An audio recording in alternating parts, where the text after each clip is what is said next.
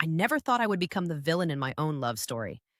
But here I am 3 years later, sitting alone in a one-bedroom apartment that smells like coffee and regret, ready to tell you exactly how I destroyed the best thing that ever happened to me. I cheated on my husband. I cheated on him with the man he trusted most in this world. And the worst part is, I cannot blame anyone but myself. Not my husband, not the other man, not the circumstances, just me. My choices, my weakness, my betrayal. People love to paint cheaters as monsters. I used to think the same way. I used to watch those confession videos online and think, how could anyone do that? How could you look at the person you promised to love forever and then go behind their back? How could you live with yourself? I had all the judgment in the world for people like that. And then I became one of them.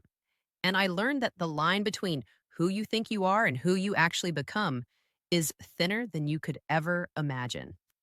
My name is Sarah. I was married to a man named Marcus for 8 years.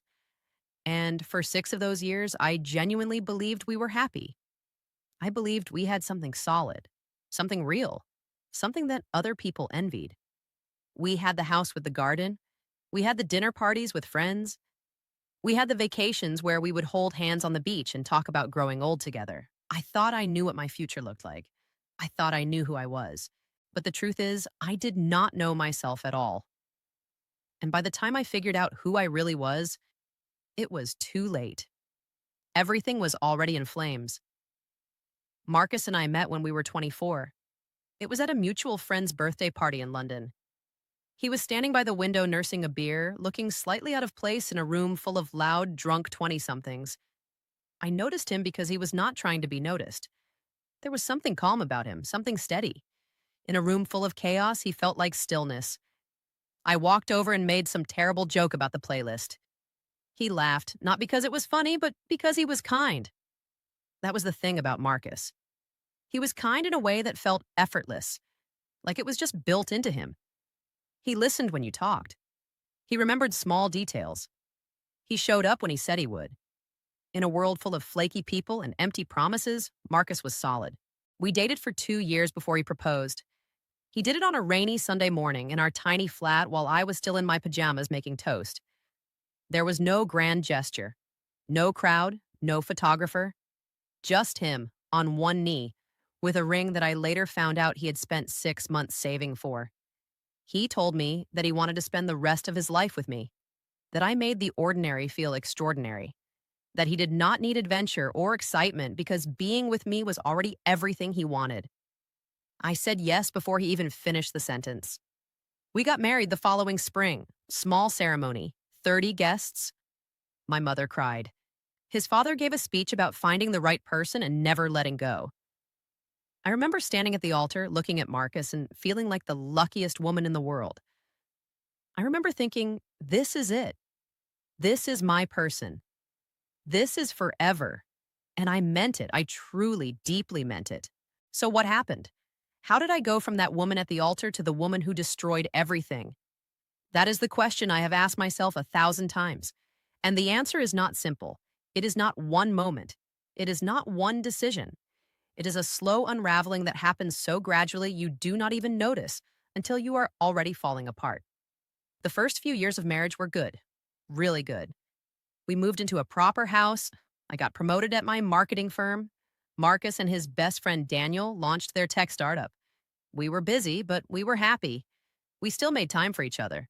Date nights, weekend trips, long conversations in bed about nothing and everything. But then things started to shift. Marcus's company began to take off, and with success came demands. More meetings, more travel, more late nights at the office. I understood. I was proud of him. I supported him completely. But slowly, without either of us realizing it, we started living parallel lives. We were in the same house, but we were not really together. We were roommates with wedding rings. I told myself it was temporary. I told myself that once the company stabilized, things would go back to normal. Marcus would come home earlier. We would have dinners together again. We would reconnect. I held on to that hope for longer than I should have. But the stabilization never came. The success just brought more success, which brought more demands. Marcus was gone more than he was present. And when he was home, he was exhausted, distracted, checking emails, taking calls, thinking about the next deal. I started to feel invisible in my own marriage. I tried to talk to him about it. I really did. I told him I missed him. I told him I felt like we were drifting apart. He listened. He apologized. He promised to do better, and for a week or two, things would improve. But then the demands would pull him back in, and we would be right where we started. I started to feel lonely, and loneliness in a marriage is a particular kind of pain because you are not actually alone. You have a partner, you have someone who is supposed to be there for you, but they are not. And you cannot even grieve it properly because technically nothing is wrong. Your husband still loves you. He still comes home. He still says the right things. He is not cheating. He is not abusive. He is just absent. And how do you explain to people that your marriage is falling apart because of absence? I stopped talking about it. I stopped bringing it up. I stopped trying. And that was my first mistake. I let the resentment grow in silence. I let the distance become normal. I accepted a version of my marriage that was slowly killing me inside. And then there was Daniel. Daniel was Marcus's best friend. They had known each other since university. They had built the company together. They were like brothers. Daniel was the godfather to Marcus's sister's children. He was at every family gathering, every holiday, every celebration. He was as much a part of our lives as anyone could be. I had known Daniel for as long as I had known Marcus. He was charming, funny, quick-witted, the kind of person who made everyone in the room feel comfortable. Where Marcus was steady and quiet, Daniel was vibrant and magnetic. They balanced each other out, both in business and in friendship. I never thought of Daniel as anything other than a friend. He was Marcus's person, not mine. But that started to change when I became lonely. It began with small things. Daniel would notice when I seemed down. He would ask if I was okay. He would actually wait for the answer instead of accepting the automatic "I'm fine" that everyone else accepted. He started texting me during the day just to check in. At first, it felt innocent, friendly, like having a brother who cared. But then the texts became longer, more personal. We started sharing things with each other that I was not sharing with Marcus. I told Daniel about my loneliness, about feeling invisible, about wondering if Marcus even noticed I existed anymore. And Daniel listened. He validated me. He told me I deserved better. He told me I was too wonderful to be neglected. I know how this sounds. I know you can see exactly where this is going.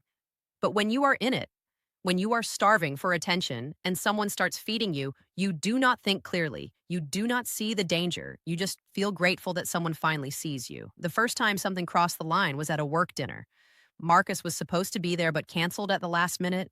Another meeting, another emergency. I was left sitting at a table with Daniel and some other colleagues, pretending I was not humiliated, pretending I was used to being stood up by my own husband. Daniel walked me to my car after dinner. We stood in the parking lot, and he told me that Marcus was an idiot for not being there. He told me that if I were his wife, he would never leave me sitting alone. And then he touched my face, just briefly, just for a second. But it was enough. I should have pulled away. I should have said something. I should have driven home and told Marcus what happened. But I did not. I just stood there, heart pounding, feeling something I had not felt in years, feeling wanted. That night, I went home and looked at myself in the mirror for a long time. I told myself nothing had really happened. It was just a touch, just a moment. It did not mean anything. I was not a cheater. I was just lonely. I would be more careful. I would create distance with Daniel. I would focus on my marriage. But I did none of those things. Instead, I let it continue. The texts became more frequent. The conversations became more intimate. Daniel started finding reasons to see me when Marcus was not around. Coffee meetings, work lunches, just us. I told myself we were just friends. I told myself I was not doing anything wrong. I told myself that emotional support was not the same as cheating. But of course it was. Emotional cheating is still cheating. I was giving Daniel parts of myself that belonged to Marcus. I was building an intimacy with another man that I should have been building with my husband. And every day I was pulling further away from my marriage without even realizing it. The physical affair started about 4 months after that night in the parking lot. It happened at Daniel's apartment. Marcus was in New York for a conference. I told myself I was just going over to drop off some documents, but we both knew that was not true. We both knew what was going to happen, and it did. I remember lying there afterward, staring at the ceiling, feeling a strange mix of exhilaration and horror. Part of me felt alive for the first time in years, but another part of me knew I had just crossed a line that could never be uncrossed. I had just become someone I never thought I would be. I should have ended it right there. I should have told Daniel it was a mistake and walked away. I should have gone home, confessed to Marcus, and begged for forgiveness. But I did not, because the truth is, I did not want to stop. I wanted the attention. I wanted the passion. I wanted to feel like I mattered to someone. So the affair continued. Weeks turned into months. Daniel and I developed a routine. We were careful, discreet.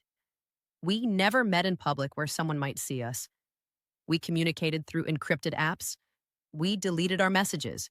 We created a whole secret world that existed alongside our real lives. And through it all, Marcus suspected nothing. He was too busy with work, too distracted by deals and investors and meetings. He trusted me completely, and he trusted Daniel even more. They were brothers in every way that mattered. The idea that the two of us could betray him would never have crossed his mind. That trust was the thing that broke me the most. Every time Marcus talked about Daniel, every time he praised him, every time he called him his best friend in the world, I felt a piece of my soul die. I was not just betraying my husband. I was helping Daniel betray his best friend. We were both destroying the person who loved us most. But I kept going. I kept lying. I kept pretending. I became someone I did not recognize. I smiled at Marcus over breakfast while texting Daniel under the table. I kissed my husband goodbye and then drove to another man's apartment. I lived a double life so seamlessly that sometimes I forgot which one was real. The guilt was constant. It lived in my chest like a heavy stone. It woke me up at 3 in the morning. It made food taste like ash. It followed me everywhere, whispering that I was a fraud, a liar, a monster. But I learned to ignore it. I learned to push it down. I learned to tell myself that I deserved this, that Marcus had driven me to it, that this was not really my fault. Of course, that was all lies. Convenient lies I told myself so I could keep doing what I was doing without facing the truth. The truth was that I was selfish. The truth was that I could have tried harder to fix my marriage. The truth was that I chose the easy escape instead of the hard work. The truth was that I was a coward. The affair lasted for 10 months. 10 months of lies. 10 months of sneaking around. 10 months of pretending to be someone I was not. And then, like all secrets, it came crashing down. It was Marcus's birthday. We had a party at our house. Friends, family, colleagues. Daniel was there, of course. He was always there. I remember watching him shake Marcus's hand, hug him, tell him he was the best friend anyone could ever have. And I remember feeling sick, physically sick, like I might actually vomit right there in the middle of the party. I excused myself and went upstairs to the bathroom. I splashed cold water on my face and stared at myself in the mirror. I barely recognized the woman looking back at me. She looked tired, hollow, like she was already dead inside, but her body had not gotten the message. I heard a knock on the door. I assumed it was Marcus checking on me. I opened it, expecting to see my husband. It was his mother. Patricia had never liked me. She thought Marcus could have done better. She thought I was too career-focused, too independent, not maternal enough. We were polite to each other, but there was always tension beneath the surface. I'd always felt like she was waiting for me to mess up, waiting for proof that she had been right about me all along. "Are you all right, Sarah?" she asked, but her eyes said something else. They said she knew something was wrong. "I'm fine," I said. Just needed a moment. She studied me for a long second. "You've seemed distracted lately. Marcus has noticed too, even if he won't say it." My heart dropped. "What do you mean?" "He mentioned that you've been distant, working late, always on your phone. He's worried about you." I forced a smile. "Work has just been intense, that's all." She did not look convinced, but she let it go. She patted my arm in that condescending way she had and went back downstairs. I stood in that hallway, heart racing, realizing for the first time that the cracks were starting to show, that my perfect facade was not as perfect as I thought, that people were noticing, that Marcus was noticing. I told myself I needed to be more careful. I told myself I needed to pull back from Daniel, at least for a while. I told myself I had things under control. I was wrong. 2 weeks after the party, Marcus came home early from work. I was in the kitchen making dinner, not expecting him for hours. He walked in and sat down at the table. He did not say anything for a long moment, just looked at me with an expression I'd never seen before. "I know," he said. 2 words. That is all it took to end everything. I felt my entire body go cold. "Know what?" "I know about you and Daniel." The room started spinning. I grabbed the counter to steady myself. "Marcus, I don't." His voice cracked. "Please don't lie to me anymore. I've been listening to lies for months. I can't take any more."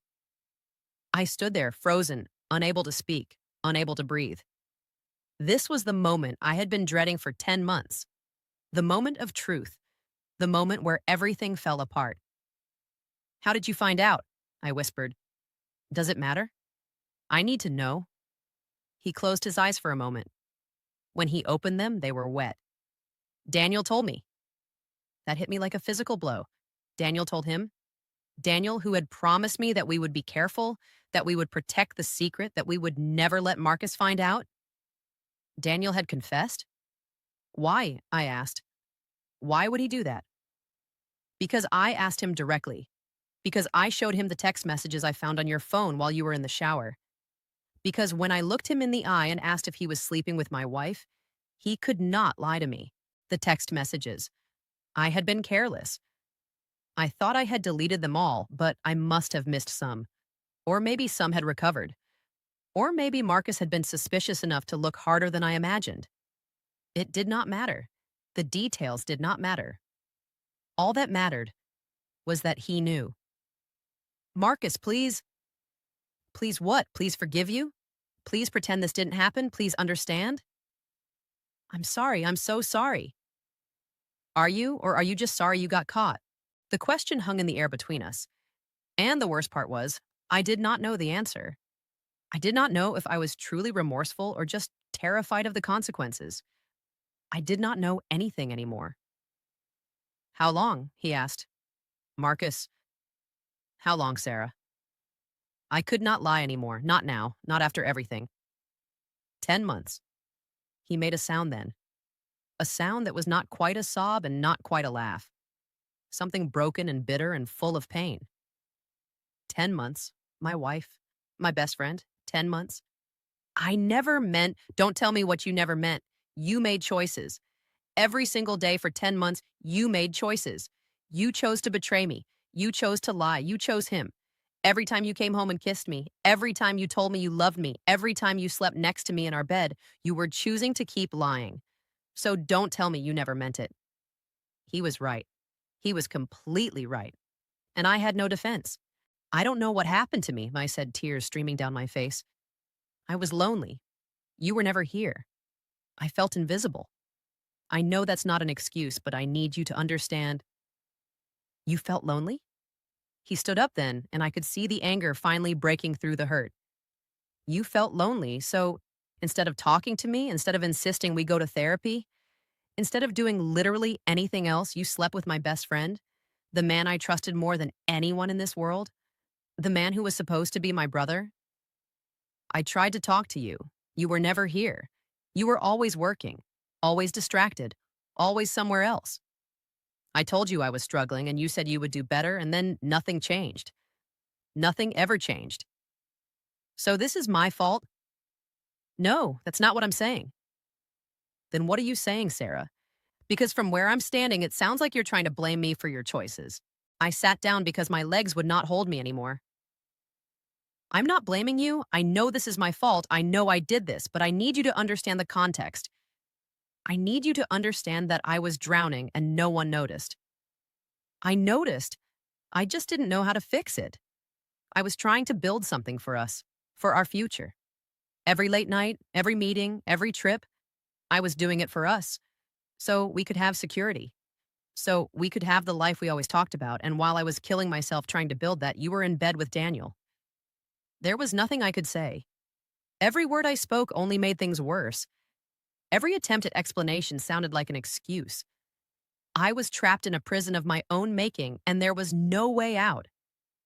What happens now? I asked. I don't know. I honestly don't know. I can't even look at you right now. I can't be in this house. I can't. His voice broke. He turned away from me, hand pressed against his forehead, shoulders shaking. I had never seen Marcus cry.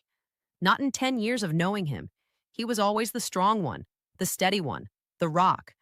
Seeing him break down was worse than any anger he could have shown me. It was proof of how deeply I'd hurt him. Proof that I had shattered something that could never be fully repaired. Marcus, please. We can get through this. We can go to therapy. We can work on. I don't want to work on anything with you right now. I just want to get through the next hour without falling apart completely. He grabbed his coat and walked to the door. Where are you going? I don't know. Anywhere but here. Please don't leave like this. Please. He stopped at the door, his back to me. Did you love him? The question I had been dreading most of all. The question I had never even let myself answer in my own mind. I don't know, I said honestly. I thought I did. But now I think it was just escape. It was just a way to feel something. I don't think I ever really knew him. That's the saddest part, Marcus said quietly. You didn't know him. You didn't even love him. And you threw everything away anyway. He walked out. I heard his car start. I heard him drive away. And I sat there in the kitchen of the house we had built together, completely alone with the wreckage of everything I had destroyed. The next few weeks were the worst of my life. Marcus moved into a hotel. He communicated only through his lawyer. He wanted a divorce. He wanted nothing to do with me. Every attempt I made to reach him was met with silence or a cold, formal response through legal channels. I tried calling Daniel. He did not answer. I found out later that Marcus had confronted him after our conversation, that they had a violent argument, that Daniel had tried to defend himself, had tried to explain, had tried to save their friendship. But Marcus was done. He cut Daniel out completely, fired him from the company, removed him from every aspect of his life. 20 years of friendship, destroyed in a single night. I do not know if Daniel felt guilty. I do not know if he suffered the way I did. We never spoke again after everything fell apart. He became a ghost, disappearing from the circles we had all shared. Someone told me he moved to another city. Someone else said he had a breakdown. I never verified either story. He became irrelevant to me once the fantasy died. All that was left was the reality of what we had done. The divorce was final within 6 months. Marcus was generous despite everything. He gave me more than I deserved in the settlement. He did not try to destroy me, even though he could have. When I asked him why he was being so fair, he said, because I don't want to spend any more of my life being angry at you.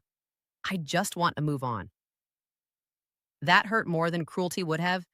His willingness to let me go with grace meant that he no longer cared enough to hate me. I had become nothing to him. After 8 years of marriage, after a decade of life together, I was simply someone he wanted to move on from. My friends chose sides. Most of them chose Marcus. I do not blame them. I was the villain in this story. I was the one who had cheated. I was the one who had broken the sacred trust. Why would they choose me? My mother did not speak to me for 3 months. When she finally did, it was to tell me how disappointed she was, how she had raised me better than this, how she did not know who I had become. Every word was true, and every word cut deep. I lost my job too. Not because of the scandal, no one at work knew the details, but because I could not function anymore. I could not focus. I could not care. I showed up late, made mistakes, missed deadlines. Eventually, my boss called me in and said it would be best if I took some time away. We both knew that meant I would not be coming back. In the span of 6 months, I had lost my husband, my home, my friends, my family's respect, and my career. Everything I had built over the course of my adult life was gone, and I had no one to blame but myself. I moved into a small apartment on the other side of the city. I did not know anyone in the neighborhood. I had no connections, no support system, no reason to get out of bed in the morning. I spent weeks just existing, sleeping too much or not at all, eating whatever was easiest, staring at walls, wondering how I had ended up here. The lowest point came about 2 months after the divorce was finalized. I was sitting in my apartment at 3 in the morning, drinking wine I could not afford, scrolling through old photos on my phone. Photos of Marcus and me, photos of our wedding, photos of the life I had thrown away. And I thought about ending it all. I did not plan anything specific. I did not take any action. But the thought was there. The quiet whisper that said, "What is the point? You have destroyed everything. You have hurt everyone who ever loved you. The world would be better without you." It was terrifying how seductive that voice was, how logical it sounded in the darkness of that empty apartment, how easy it would be to just stop existing. But something stopped me. Maybe it was survival instinct. Maybe it was hope I did not know I still had. Maybe it was the thought that if I ended things now, I would be taking the easy way out again. I would be running away from consequences instead of facing them. And I was tired of running. I called a therapist the next morning. I did not think I could afford it, but I knew I could not afford not to. I needed help. I needed to understand what had happened to me. I needed to figure out if there was any part of me worth saving. Therapy was hard, harder than I expected. I thought I would go in, talk about my feelings, get some validation, and move on. But that is not how it works. Real therapy forces you to look at yourself honestly. It forces you to confront the parts of yourself you have been hiding from. It forces you to take responsibility. My therapist, a woman named Dr. Rivera, did not let me get away with anything. When I tried to blame Marcus for being absent, she asked me what I had done to address the problem before resorting to infidelity. When I tried to paint Daniel as a predator who had seduced me, she pointed out that I had made choices at every step.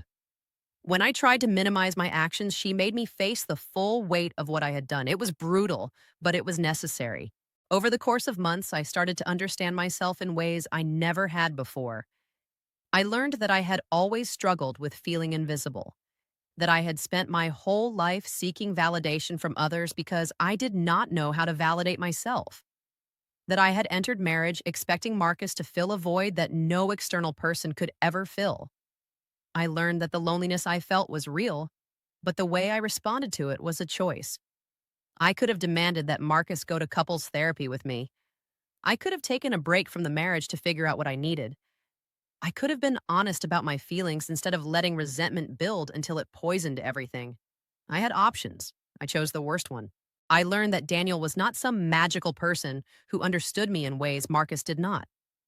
He was just someone who gave me attention when I was desperate for it. I projected qualities onto him that were not really there. I convinced myself that what we had was special because I needed to believe it. Otherwise, I would have had to face the ugly truth that I was throwing away my marriage for nothing but cheap thrills. I learned that I was capable of hurting people I loved in ways I never imagined, that the gap between who I thought I was and who I actually was had always been wider than I wanted to admit, that I had been coasting on a self-image that was built on illusion. Coming to terms with all of that was the hardest thing I have ever done. Harder than the divorce, harder than losing everything, because it meant accepting that the problem was not my circumstances, the problem was me. But with that acceptance came something else, something I did not expect: freedom. When you stop lying to yourself, when you stop making excuses, when you finally look in the mirror and acknowledge the full truth of who you are, there is a strange liberation in that, because you are no longer fighting reality. You are no longer pretending. You can finally start to change because you finally know what needs to change. I spent the next year in intensive self-work, therapy twice a week, journaling every night, reading books about attachment, about infidelity, about recovery, attending support groups where people shared stories similar to mine.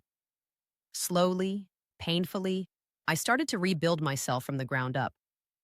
I got a new job, nothing fancy, an administrative position at a nonprofit. But it felt good to be useful again, to have somewhere to go in the morning, to contribute something to the world instead of just taking. I reconnected with a few old friends who were willing to give me a second chance.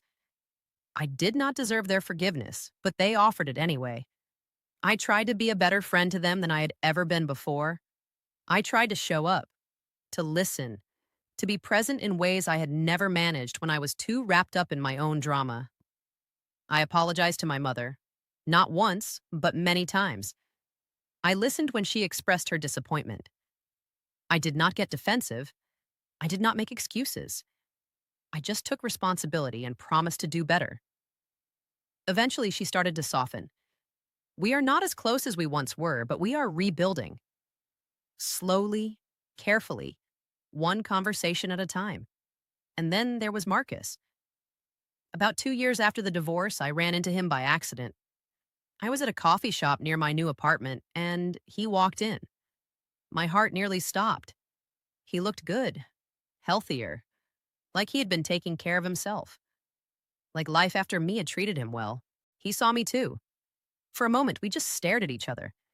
I could feel every emotion I'd ever felt about him rushing back. The love, the guilt, the shame, the longing for something I could never have again. He walked over to my table. Sarah. Marcus, hi. I didn't expect to see you here. I live nearby now, different neighborhood, different life. He nodded slowly. How are you? I thought about lying, saying I was great, that I had moved on, that everything was fine. But I was done lying, to myself and to everyone else. I'm okay. I'm in therapy. I'm working on myself. I'm trying to become a better person. It's hard, but I'm doing it. He seemed surprised by my honesty, or maybe impressed. I could not tell.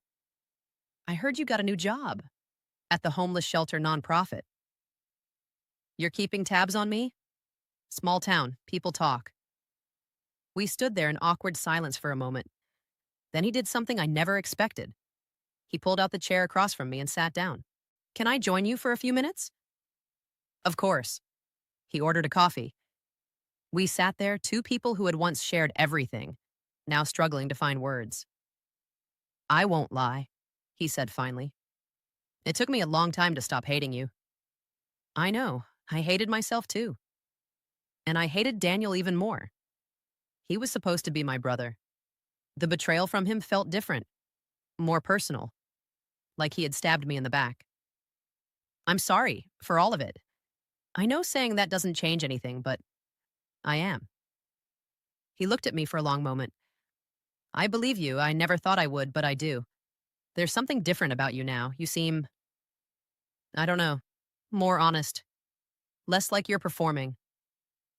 Tears pricked at my eyes. I was performing. My whole life. I didn't even know who I really was until everything fell apart. It took losing everything to finally understand myself. That's a painful way to learn. It's the only way I knew how. We talked for over an hour that day about what had happened, about where we were now, about the things we had never said during the marriage because we were too scared or too proud or too busy. It was not reconciliation. It was not forgiveness exactly, but it was something. It was closure. Before he left, he said something that stayed with me. I used to think the affair was entirely your fault. And then I went to therapy myself and I started to see that I had played a role too. Not in the cheating, that was your choice, but in the distance between us. I was so focused on building the company, on being successful, on providing for our future, that I forgot to be present for our present. I forgot to make you feel loved. You don't have to do that. You don't have to take any blame. What I did was wrong. Full stop. I know. But understanding context doesn't mean assigning blame. I can see that I was not the husband I wanted to be, and that contributed to your loneliness, without excusing what you did. Both things can be true at the same time. I thought about that for a long time after he left. The idea that multiple truths could exist simultaneously, that I could be guilty of a terrible betrayal and also have been suffering from genuine neglect, that Marcus could be a victim of my cheating and also have played a role in the breakdown of our connection, that Daniel could be a manipulative opportunist and also a human being who was lonely himself and made terrible choices. Life is rarely as simple as we want it to be. People are rarely as one-dimensional as we try to make them. and the stories we tell ourselves about what happened are often incomplete. I never spoke to Marcus again after that day in the coffee shop, but I carry that conversation with me. The grace he showed, the humanity he offered, the willingness to see complexity instead of just casting me as a villain. He did not have to do that. He owed me nothing but contempt, but he chose a different path. I hope he is happy now. I heard he remarried a few years ago, a woman he met through work, someone who, I hope, treats him the way he deserves to be treated, someone who does not take his steadiness for granted, someone who loves him with the whole heart I never gave him. As for me, I am still single. Not because I have not had opportunities, but because I do not think I am ready. I spent so many years looking for validation in relationships, looking for other people to make me feel worthy, to fill the emptiness inside me. I do not want to do that anymore. I want to be whole on my own. I want to know that I can love myself before I ask someone else to love me. It has been 3 years since the divorce, 3 years since my life fell apart, 3 years since I became the villain in my own story. And I will not pretend that I have healed completely. The guilt still finds me sometimes, late at night, when I am alone with my thoughts. The shame still surfaces when I see happy couples and remember what I threw away. The regret still lives in my chest, a permanent resident that I have learned to coexist with.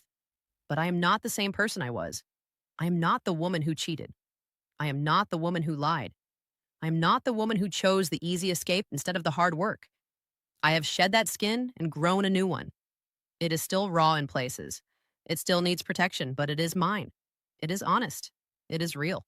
I do not expect forgiveness, not from the people I hurt and not from anyone listening to this story.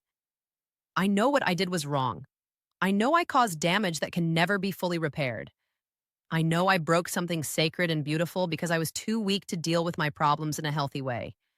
But I also know that I'm not defined by my worst moments, that people are capable of change, that redemption is not about erasing the past, but about choosing differently in the future. Every day I have the chance to be better.